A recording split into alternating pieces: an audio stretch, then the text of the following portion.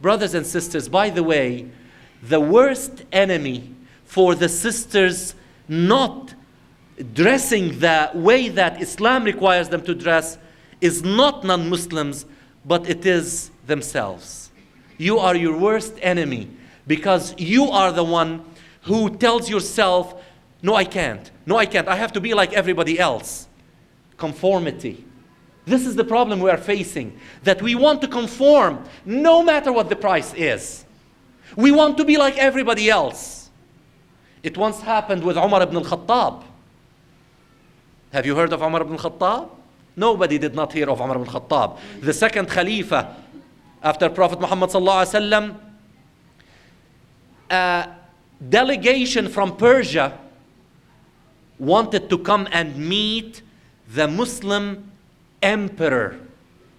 To them, the leader of that large state has to be like their leader, has to be a big emperor, like their Kisra. So they wanted to come to Medina and meet him. So when they arrived in Medina, they were looking for the huge palace because they said that must be the place where Umar lives. They looked everywhere in Medina, they didn't find any palaces. They said, where's Umar, your leader? People were busy doing their own chores, so they said, we don't know. We don't know. We don't, until somebody knew exactly where Umar was and what was he doing. So he said, wait where you are. I will go and tell him you are here. He ran to Umar. What was Umar doing? Umar. And you know, lectures can be made about Umar. Umar was holding a bucket with tar and a brush, and he was brushing the diseased skin of the camels that belonged to the treasury of the Muslim nation. He was doing it himself. Umar was doing it himself. So that man came and he was shivering. He said, oh, Amir al-Mu'mineen, there is a delegation from Persia. And he showed that he was scared that they may discover what Umar was doing. So Umar, as I was saying before Isha prayer to some of the brothers, Umar was a very fiery man. He used to get angry. He got so angry with that brother. He said to him, we came here to teach them, not to learn from them. To teach them. I am doing what I'm doing. If they want, they can come and see me while I'm doing this. That's how confident Muslims should be. So I say to my brothers and sisters, please, and I will elaborate on this tomorrow evening, inshallah, on our da'wah.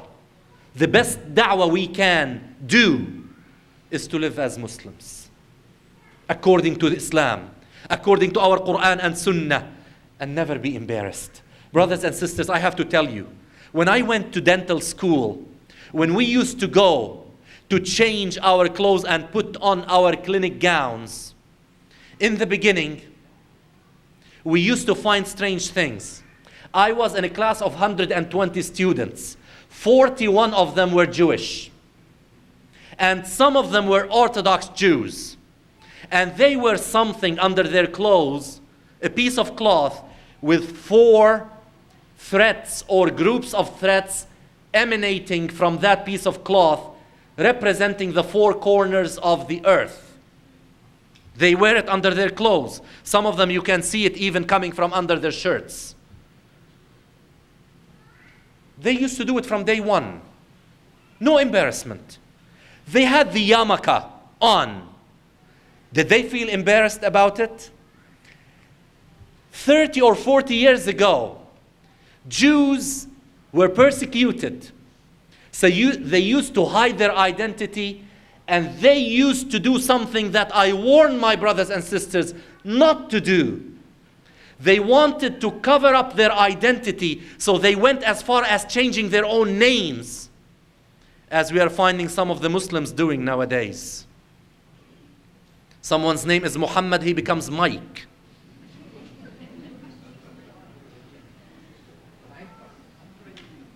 Adnan becomes Ed. They don't want anybody to know that they are Muslims. And even if something happens, they try to conceal their identity in total. Don't do what the Jews did, because many of them lost their identity, but the few who kept it without feeling embarrassed about it. They walk with their yarmulke on. But I was the only Muslim in that class who was careful not to lose my identity in that sea of non-Muslims. So from day one, we had basins to use for washing.